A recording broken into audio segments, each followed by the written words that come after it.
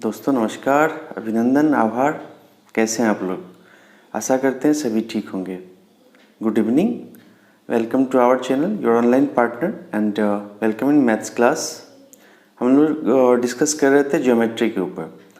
Geometry में जो basically question आता है आपका ट्रायंगल और पॉलीगन, ये 2019-20 का ट्रेंड यही है। तो पहले क्वाड्रेटल से आता था या फिर एंगल फाइंडिंग का आता था कि कोई एक स्ट्रक्चर दे दिया, वहाँ से आपको एंगल निकालना है। तो अभी थोड़ा कम आता है, स्पेशली जो 2019-20 का क्वेश्चन उठा के आप देख लीजिए तो वहाँ पे आपको कम मिलेंगे। तो कुल मिला के जो यदि आप ट्रायंगल, पॉलीगॉन, ये जो हमने डिस्कस किया था, तो ये इसका कंसेप्ट यदि क्लियर कर लें तो वहाँ से आपको काफ़ी क्वेश्चन आता है। और क्वाड्रिलेटरल से थोड़ा कम आता है। पहले भी टॉपिक डिस्कस कर लिया। आज हमारा लास्ट क्लास होगा ज्योमेट्री का, तो उसमें जो मोस्टली जो इम्पोर्टेंट क्वेश्चन है जो आया हुआ था, तो वो सारा हमने डिस्कस कर दिया है क्लास में। आज और कुछ क्वेश्चन है जो कुछ क्वाड्रिलेटरल से रिलेटेड होगा, कुछ फाइंडिंग, एंगल फाइंडिंग से होगा, कोई एक स्ट्रक्चर दिया हुआ रहेगा तो वहाँ से निकालेंगे। तो चलिए, तो बाय द वे ये जो ज्योमेट्री है, तो आपने देखा होगा कि देखिए सब इसमें सारा कुछ याद करने के बाद, थ्योरम आप समझ लेने के बाद, फाइनली आपको लॉजिक ही लगाना पड़ेगा, ड्रॉ करना पड़ेगा पेन पेपर से, उसके बाद ही क्वेश्चन क्लियर होगा। तो पेन पेपर ज़रूर यूज़ करिए, स्पेशली जब ज्योमेट्री का क्वेश्चन सॉल्व कर रहे हो। और यदि आपको कहीं पे स्ट्रक्चर ज़रूरत है तो स्ट्रक्चर ज़रूर बनाइए, ताकि विदाउट आपका जैसे ABCD क्वाड्रिलेटरल है तो ABCD बनाइए, उसमें जैसे कह रहा है उस तरह से करके, तो आसान रहेगा। अदरवाइज़ यदि आप बिना ड्रॉ किए हुए ही आप बनाने का प्रयास करेंगे तो थोड़ा हो सकता है कि गलत होने की संभावना हो। तो total bye the way mathematics तो है ही टोटल लॉजिकल रीजनिंग कह सकते हैं आप लोग, तर्क शक्ति पे चलता है। तो कहाँ क्या लॉजिक लगाइएगा वो आपको मैथ से आता है। बाय द वे ये जो आप पेडागोजी वाला पार्ट हम देखेंगे तो उसमें भी देखिएगा कि जहाँ जहाँ पे लॉजिक की बात हो, मैथमेटिक्स के बारे में कहीं यदि क्वेश्चन आया हुआ है, यदि उसमें तर्क शक्ति की है, तो समझ लीजिए कि वहीं पे वही आपका आंसर हो जाएगा। या फिर यदि कहीं पे लिखा हुआ है रटना, तो वो आंसर कभी नहीं होगा। तो इस तरह से करके आप देखिए, इसको थोड़ा लॉजिकली आपको पेडागोजी को भी पढ़ना पड़ेगा, ताकि अब बहुत सारा किताब देखेंगे कि जो ऑथर है वो ही थोड़ा कंफ्यूज्ड है, कहीं पे कुछ कहीं पे कुछ, एक ही चीज़ का डिफिनीशन दो जगह दो तरह से है और आंसर दो जगह। तो वहाँ पे आपको अपना लॉजिक निकाल के लगा के ही उसका आंसर पे पहुँचना हो। ठीक है, तो चलिए देखते हैं। क्वेश्चन है कि आकृति में ABC एक त्रिभुज है, एंगल ABD की माप डिग्री में क्या होगी? ये सीटेट 2012 का क्वेश्चन है। क्या है, फिगर देखिए हमारे पास दिया हुआ है। तो हमारे पास क्वेश्चन है आपके लिए। क्या है क्वेश्चन? देखिए ABC जो है ये ट्रायंगल दिया हुआ है, और ये यहाँ पे D दिया हुआ है, ये एंगल दिया हुआ है आपको 62 डिग्री। उसके बाद ये 18 डिग्री दिया हुआ है, तो 119 डिग्री, ये जो है आपका 119 डिग्री है। ठीक है, तो आपको बताना है यहाँ से कि एंगल ABD का जो मेजरमेंट क्या होगा। ये पूरा जो एंगल होगा आपका, ये पूरा एंगल का मेजरमेंट आपको बताना है। तो कैसे बताइएगा, क्या लॉजिक लगाइएगा? बाय द वे आप यदि ऐसे सोचिए कि यदि ये 119 डिग्री है तो ये कितना हो जाएगा, 180 में से 119, ये हो जाएगा आपको 180 डिग्री माइनस 119, मतलब कितना हो गया, 61 डिग्री। अब एक एंगल हुआ 61, ये एंगल हुआ 61 डिग्री, ये एंगल है आपको 62 डिग्री। यहाँ से आपको ये आ जाएगा 180 माइनस, एक एंगल का मेजरमेंट क्या आ जाएगा, 180 माइनस 61 प्लस 62, ये तो हो जाएगा आपका रिक्वायर्ड आंसर। बाय द वे ये तो आपको सिंपल ट्रायंगल का प्रॉपर्टीज लगा दी है कि ये जो 119 है, तो आपको इसका यहाँ पे इस तरह से भी सोच सकते थे। ये सब निकालने का कुछ ज़रूरत नहीं था, ये सब कुछ निकालने की ज़रूरत नहीं था। किस तरह से कर सकते थे इसको? जैसे आपको यहाँ पे दिया हुआ है कि 119 डिग्री है, ठीक है। हम देख सकते हैं ट्रायंगल एबीडी के लिए ये क्या है, एक्सटर्नल एंगल है, ठीक है। जब इसका एक्सटर्नल एंगल है मतलब क्या होता था, यदि कोई ट्रायंगल है इसको यदि हम एक बढ़ा देते हैं, जो एक्सटर्नल एंगल होता था क्या, इसके और इसके योग के बराबर। यदि ये x है और ये y है तो इसका वैल्यू क्या हो जाता था, x प्लस वाई, और दोनों के सम के बराबर होता था। उसी तरह से देखिए ये जब एंगल 119 डिग्री दिया हुआ है, ये 62 डिग्री है, तो ये कितना हो जाएगा, 119 में से 62 माइनस कर दीजिए, जो आएगा वही आपका आंसर हो जाएगा। क्लियर। तो बस आपको यहाँ पे यही लॉजिक लगाना था। एक्सटर्नल वाला जो थ्योरम है आपका, जो एक्सटर्नल एंगल होगा क्या हो जाएगा, यदि किसी भी एक साइड को यदि हम आगे बढ़ा दिए तो वहाँ से ये यदि x है ये y है, तो ये एंगल जो होगा आपका x प्लस वाई हो जाएगा, ठीक है। चलिए नेक्स्ट क्वेश्चन देखते हैं हम लोग। ये देखिए, ये जनवरी 2012 का क्वेश्चन है। ये आकृति में ABC एक समद्विभाजक त्रिभुज है जिसमें CA और CB तथा BC को एक बिंदु D तक बढ़ाया गया है। यदि C परपेंडिकुलर टू BC इस प्रकार है, देखिए नीचे फिगर भी दिया हुआ है, तो पहले फिगर बना लेते हैं इसको।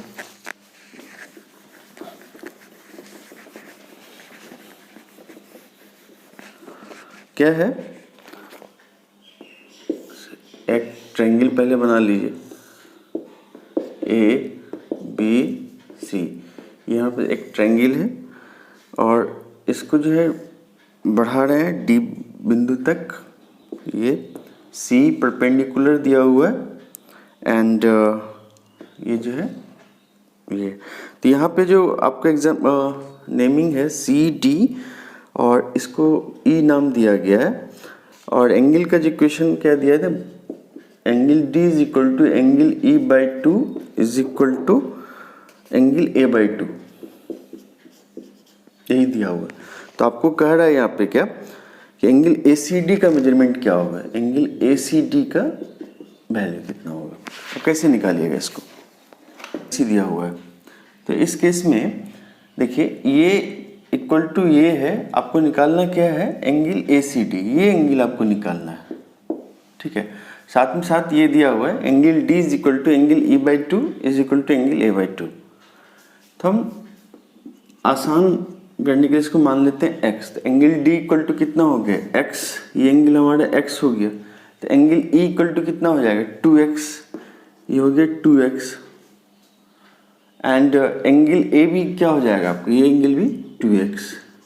अब यदि ये 2x है और ये साइड बराबर है, तो ये एंगल भी कितना हो जाएगा 2x, मतलब AC इक्वल टू BC दिया हुआ है, तो ये यदि एंगल 2x है तो ये भी क्या हो जाएगा 2x, ये एंगल का वैल्यू क्या हो जाएगा 4x।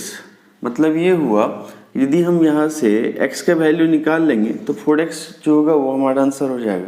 अब x का वैल्यू आप यहाँ से कैसे निकालिएगा, अब देखिए ये 90 डिग्री है, कह रहा था कि C जो है परपेंडिकुलर था, तो ये 90 डिग्री है, मतलब क्या हो गया 2x प्लस एक्स भी 90 होगा, 2x प्लस एक्स भी क्या होगा 90 होगा, 3x equal to 90, x equal to 30 degree, ठीक है। अब जब x 30 हो गया तो 4x का जो होगा वैल्यू, यही तो आपको 120 डिग्री आंसर हो जाएगा। क्लियर।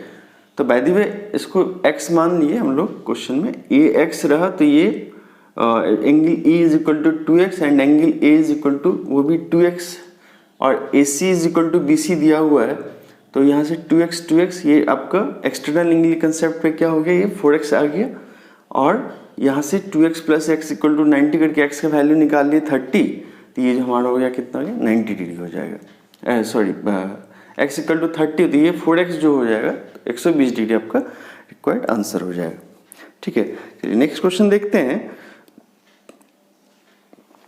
ये देखिए दिए गए चित्र में PS equal to SQ equal to SR, तो angle SPQ equal to 54 degree, तो एंगल X का माप फिगर दिया हुआ है यहाँ पे, देखते हैं। देखिए इसमें क्वेश्चन पढ़ने से आपको कुछ क्लियर ही नहीं होगा जब तक आप ड्रॉ नहीं करते। हाँ, जब देख लेंगे कि इसमें कहाँ क्या है उसके बाद जो है आप आसानी से कर पाएंगे। चलिए इस क्वेश्चन में देखते हैं। देखिए पी क्यू आर ट्रायंगल है, क्वेश्चन में दिया हुआ है कि ये एंगल एक्स है और ये 54 डिग्री है। तो इसमें क्वेश्चन में आपसे पूछ रहा है कि एक्स का मेजरमेंट क्या होगा, एक्स का वैल्यू जो है वो क्या होगा। आप कैसे निकालिएगा इसको। देखिए यदि ये 54 डिग्री है, बाय द वे जो इसका जो क्या बोलिएगा इजी मेथड जो होता है जहाँ पे आपको थ्योरम नहीं लगेगा, उससे यदि निकालना चाहें तो क्या हो जाएगा, ये 54 है तो ये भी आपका क्या हो जाएगा, दो ये इक्वल है और ये इक्वल है, S P is equal to S Q है तो ये 54 है तो ये भी क्या हो जाएगा 54 डिग्री हो जाएगा। और जब ये 54 डिग्री हो गया और ये यदि x है, देखिए एस क्यू और एस आर भी इक्वल है आपका, तो ये जब x है तो ये भी x हो जाएगा। तो इस केस में आप क्या कर सकते हैं, एक ट्रायंगल जो आपका पी क्यू आर है, तीनों एंगल का सम जो होगा कितना होगा 180 डिग्री होगा। तो 54 प्लस x प्लस x तीनों मिला के जो है आपका 180 डिग्री होगा, तो वहाँ से x निकाल सकते हैं।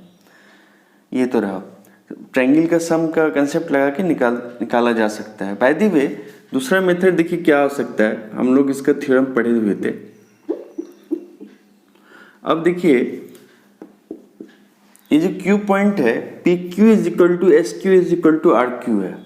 मतलब ये हुआ ये जो 3 पॉइंट है, ठीक है, ये 3 यदि रेडियस हम समझ ले तो मतलब इस 3 पॉइंट से एक हम सर्किल बना सकते हैं। और जब सर्किल बना दिए तो ये जो आपका डायमीटर हो गया ये आर ये आर ये आर, तो इसका मतलब जो हाफ सर्किल में एंगल कितना होता था 90। जब 90 होता था हाफ सर्किल में, ये एंगल जो है टोटल आपको हो गया 90, ठीक है, ये एंगल हो गया आपको टोटल 90। अब ये यदि 54 डिग्री है, सिंस ये इक्वल टू ये है, ये 54 डिग्री है तो टोटल 90 डिग्री है, तो हम यहाँ से x का वैल्यू निकाल सकते हैं 90 माइनस 54, ये सीधा आपका आ जाएगा। तब कैलकुलेशन जो है थोड़ा कम रहेगा इसमें। चलिए नेक्स्ट क्वेश्चन देखते हैं इसका। हाँ, कह रहा है कि चित्र में O वृत्त का केंद्र है, जीवा A B equal to 4 centimetre, त्रिज्या O A equal to 4 centimetre, वृत्त पे एक बिंदु C है, तो एंगल ए सी बी का मान क्या होगा।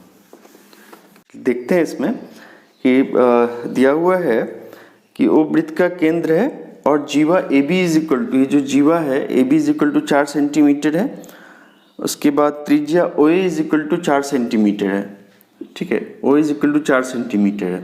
हमको यहाँ से पूछ रहा है कि एंगल ए सी बी का वैल्यू जो है वो क्या होगा, ठीक है, ए सी बी का वैल्यू क्या होगा। हमको ये बात पता है कि इस एंगल का जो भी वैल्यू होगा उसका डबल होगा, या फिर ये एक सेंटर पे एंगल है, दूसरा आपका सर्कमफेरेंस पे एंगल है, तो यदि जो भी यहाँ पे एंगल होगा उसका डबल होगा यहाँ पे, या जो यहाँ पे एंगल होगा उसका हाफ होगा। अब ये देखिए आपको यहाँ से क्लियर कर दिया कि जब रेडियस आपको 4 है और जीवा भी 4 है, मतलब ये कौन सा हो गया इक्विलेटरल ट्रायंगल, और जब इक्विलेटरल ट्रायंगल हो गया तो उसका एक एंगल कितना हो जाएगा 60 डिग्री, और जब ये 60 हो जाएगा तो ये कितना हो जाएगा, इसका हाफ होता है सर्कमफेरेंस पे, तो इसका कितना हो जाएगा 30 डिग्री। सीधा आपका थ्योरम बेस्ड क्वेश्चन था कि जो सेंट्रल, बस आपको केवल क्या देखना था कि सेंटर पे कितना एंगल बन रहा है, और सेंटर पे कितना एंगल बन रहा है ये हम लोग देख सकते थे समबाहु त्रिभुज के कंसेप्ट से। तीनों साइड जब इक्वल हो गया तो 60-60-60 हो जाएगा, तो 60 यहाँ पे है तो यहाँ पे एंगल जो आपका कितना हो जाएगा 30 डिग्री हो जाएगा, ठीक है। चलिए नेक्स्ट क्वेश्चन देखते हैं। ये देखिए ABCD एक सबलंब चतुर्भुज है जिसमें AB पैरेलल टू CD है। यदि angle A equal to 55 degree है और angle B equal to 70 degree है, तब एंगल C और एंगल D क्या होगा, ठीक है। तो ये क्वेश्चन अपने से भी ड्रॉ करिए, और बता रहा है कि AB पैरेलल टू CD है, जो यहाँ पे एक पॉइंट दिया हुआ है AB पैरेलल टू CD है, ठीक है, और एंगल A 55 है, एंगल B 70 है, तो एंगल C और D जो है क्या क्या होगा। अब देखिए पैरेलल है, जब AB पैरेलल टू CD है, थोड़ा अच्छा से पैरेलल बना लेते हैं इसको, ठीक है, AB पैरेलल टू CD है तो ये जो 55 डिग्री है, ये जो अल्टरनेट एंगल कंसेप्ट था, जैसे ये पैरेलल है, ये दो लाइन पैरेलल है, इसको ये लाइन जो है काट रही है, तो ये 55 होगा, तो ये एंगल कितना हो जाएगा, 180 में से 55 माइनस कर दीजिए, वो हो जाएगा, मतलब कितना हो गया, 125 डिग्री ये एंगल।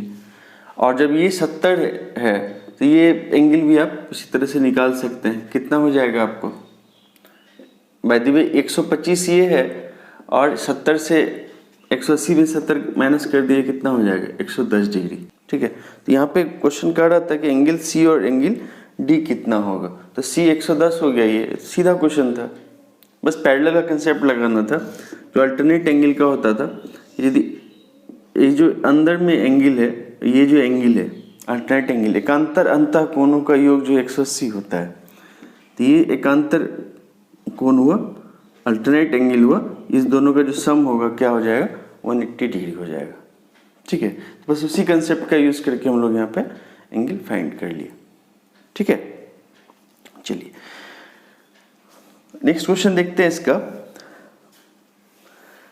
अच्छा, चित्र में दिए गए समचतुर्भुज में एंगल ए 80 है, तो एंगल डी का मान क्या होगा। अब ये भी काफ़ी आसान क्वेश्चन है, यहाँ पे देखने से ही लग रहा है कि जब एंगल ए है और ए बी समचतुर्भुज है, समचतुर्भुज में क्या होगा, दोनों आमने सामने, चारों भुजा बराबर होगा और आमने सामने का जो साइड है वो पैरेलल होगा। तो यहाँ पे देख लीजिए, A B parallel to C D है, उसको कट कर रही है, तो यहाँ से क्लियरली आप देख सकते हैं, यदि ये 80 हुआ तो फिर एकांतर अंतः कोण इसी के कंसेप्ट से कितना एंगल हो जाएगा आपका। नेक्स्ट क्वेश्चन देखते हैं हम लोग। क्वेश्चन है कि पार्श्व चित्र में ट्रायंगल एबीसी की भुजा बीसी 8 सेंटीमीटर है तथा बिंदु एम तथा एन क्रमशः भुजाओं AB और AC के मध्य बिंदु हैं, तो रिजु रेखा MN की माप क्या होगी। अब देखिए, ये तो डायरेक्टली आपका जो है थ्योरम है, हमने डिस्कस किया था कि यदि कोई भी एक ट्रायंगल हो, ये हमारे पास ट्रायंगल है, तो यदि इसका मिड पॉइंट मिलाइएगा आप, मिड पॉइंट मिलाने के बाद मान लीजिए इसका नाम देते हैं DE। ठीक है, तो यदि मिड पॉइंट मिला जाए, D मिड पॉइंट है AB के और E मिड पॉइंट है AC के, तो DE पैरेलल होगा BC के, साथ ही साथ D का जो होगा लेंथ वो BC के हाफ होगा। यदि कहीं पे दे रहा है कि एक पॉइंट से जा रही है और पैरेलल है, तो हम कह सकते हैं कि ये दूसरे लाइन को कट करेगी। बाय द वे कंसेप्ट कहाँ से था, दोनों को हम लोग क्या करते थे, सिमिलर ट्रायंगल से हम लोग कर लेते थे। कैसे, तो जब ये दोनों आपका मिड पॉइंट है, तो यहाँ ये देखिए ये कॉमन हो गया, और AD by AB mid point, तो AD बाई AB 1/2 हो जाएगा, और E मिड पॉइंट है तो AB बाई AC 1/2 हो जाएगा, और ये एंगल जो कॉमन हो गया, तो SAS से ट्रायंगल ADE और ट्रायंगल ABC जो है समरूप हो जाएगा, सिमिलर हो जाएगा। और जब सिमिलर हो जाएगा तो D बाई BC सारा हो जाएगा, AD by AB equal to AE by AC equal to DE by BC equal to half. वहाँ से आप कह सकते हैं कि जो BC इक्वल टू होगा क्या हो जाएगा, 2DE हो जाएगा। ठीक है, तो यही आपका क्वेश्चन इसमें दिया हुआ था कि यदि इसका मेजरमेंट जो है आपका 8 सेंटीमीटर है, इसका 8 सेंटीमीटर है, तो ये कितना हो जाएगा, इसका हाफ हो जाएगा। बस आपको ये ध्यान में रखना है, यदि मिड पॉइंट दोनों का यदि आपका एक लाइन मिला रहा है, तो ये लाइन जो है आपका क्या होगा, इसका पैरेलल होगा, और साथ ही साथ जो इसके लेंथ के इसका जो है हाफ होगा, साइज BC का हाफ होगा या इसका जो है डबल होगा। ठीक है, तो ये रहा, और इसमें ऑलमोस्ट जितना क्वेश्चन था हमने डिस्कस कर ही दिया था। तो कुल मिला के देखिए, इसको आपको ड्रॉ करना है ज्योमेट्री को, और ड्रॉ करने के बाद जो है, तो उसके बाद आपको देखना है कि कौन सा एंगल दिया हुआ है और कौन सा एंगल इसमें पूछ रहा है। तो आप देख सकते हैं मैथमेटिक्स जो है टोटल है आपका लॉजिक का चीज़। मैथ हो, ज्योमेट्री हो, और ज्योमेट्री को तो आपको पेन पेपर पे आपको ड्रॉ करके ही करना है। तो जब आप पेडागोजी में देखिएगा जहाँ पे आप तर्क शक्ति हो या रीजनिंग हो तो वो आपका उसमें आंसर हो जाता था। बाय द वे मैथ से रिलेटेड एक और होता है क्या, कोठारी आयोग बना हुआ था, कोठारी कमीशन। ये लगभग 64 से 66 के बीच था। तो इसमें अप टू 10th क्लास तक इसको अनिवार्य कर दिया गया था कि ताकि लोग 10th तक मैथ्स पढ़े और वहाँ से जो है आपको